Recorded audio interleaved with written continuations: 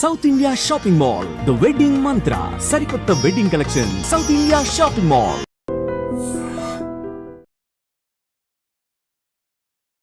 Hi hello నమస్తే, welcome back to our channel. నేను మీ వైషు.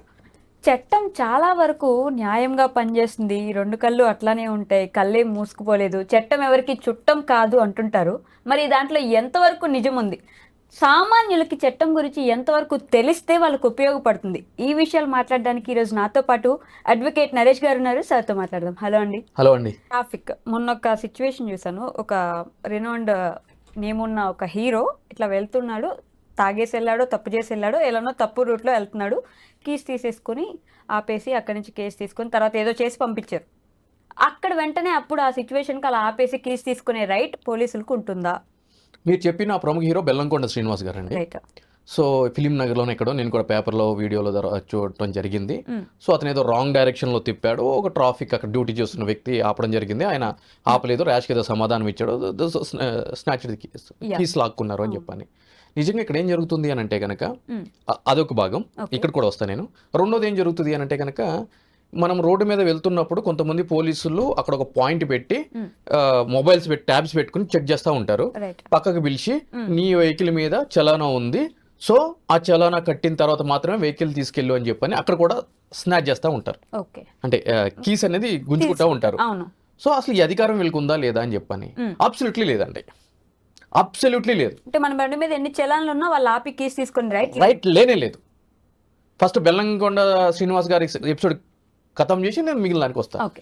ఇక్కడ ఆయన విషయంలో జరిగింది ఏంటంటే కీస్ లాక్కున్నారు, కీస్ లాక్కునే అధికారం లేదు.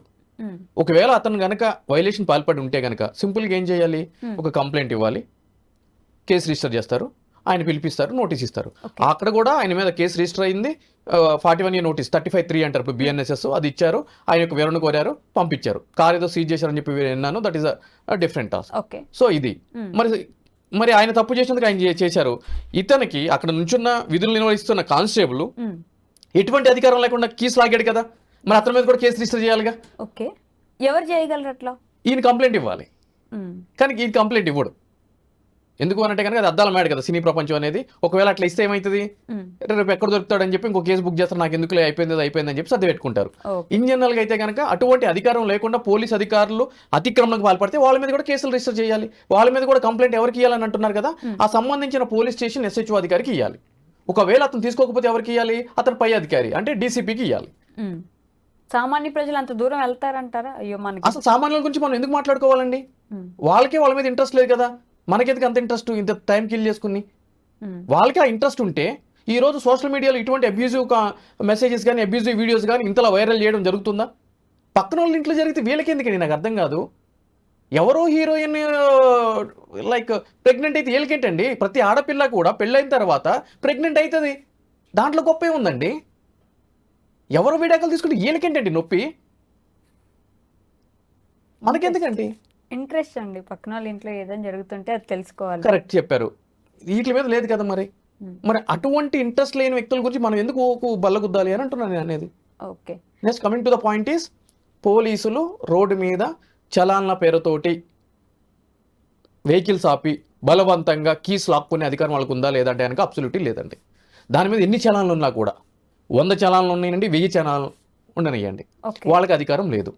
ఏం చేయాలి అని అంటే కనుక వాళ్ళ బండిని సీజ్ చేయాలి అని అంటే కనుక క్లియర్గా centre motor vehicles rules 1989 rule 167 ఏం చెప్తుంది అని అంటే కనుక, ఒకవేళ ఆ విధంగా ఎవరైనా సరే చలాన్లు ఉండి ఆ చలాన్లు కట్టలేకపోతే సంబంధించిన పోలీస్ అధికారులు ఆ వ్యక్తి యొక్క అడ్రస్కి నోటీస్ పంపించాలి. సేయింగ్ దట్ ఏంటి అంటే, బాబు నీ యొక్క వెహికల్ మీద ఇన్ని చలాన్స్ పెండింగ్స్ ఉన్నాయి, నువ్వు ఇంత గ్రాస్ వైలేషన్స్కి పాల్పడ్డావు కాబట్టి నువ్వు ఈ తేదీలోపు చలాన కట్టు అని చెప్పని. ఒకవేళ అతను కనుక కట్టకపోతే రెండోది రిమైండర్ నోటీస్ పంపించాలండి.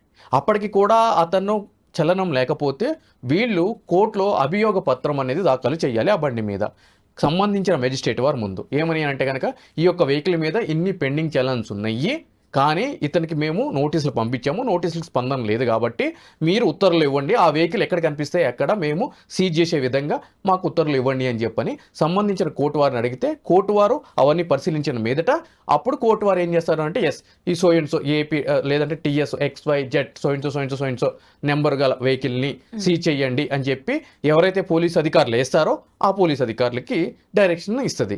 సో ఆ యొక్క ఉత్తర్వులు బేస్ చేసుకుని అప్పుడు సీజ్ చేసి ఆ సీజ్ చేసిన వెంటనే కూడా ఆ వెహికల్ ఎక్కడ ప్రవేశపెట్టాలి, సంబంధించిన మేజిస్ట్రేట్ వారి ముందు ప్రవేశపెట్టాలి. ఇది ప్రొసీజర్.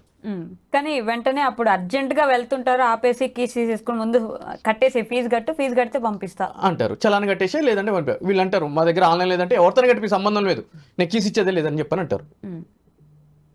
సో అది నడుస్తుంది. నిజంగా ప్రస్తుతం ఉన్నటువంటి సమాజం దేనికి ప్రయారిటీ ఇస్తుంది? ఆర్థిక సంబంధాల చుట్టూ మాత్రమే తిరుగుతుంది. మళ్ళీ ఎన్నికలంగానే చాలా విరక్తి కలుగుతాను. మంచి అనిపిస్తుంది కదా, లేడీస్ కూడా ఛాలెంజింగ్ జాబ్స్ చేసినప్పుడు చాలా బాగుంటది. ట్రాఫిక్ అసిస్టెంట్స్ గా నియమించిన ట్రాన్స్జెండర్స్ అందరితో సాల్యూట్ చేయించుకుంటున్నారు. ఫుడ్ డెలివరీ ఇవ్వటానికి వెళ్ళినటువంటి డెలివరీ బాయ్ అనిల్ పై కళ్ళ ముందు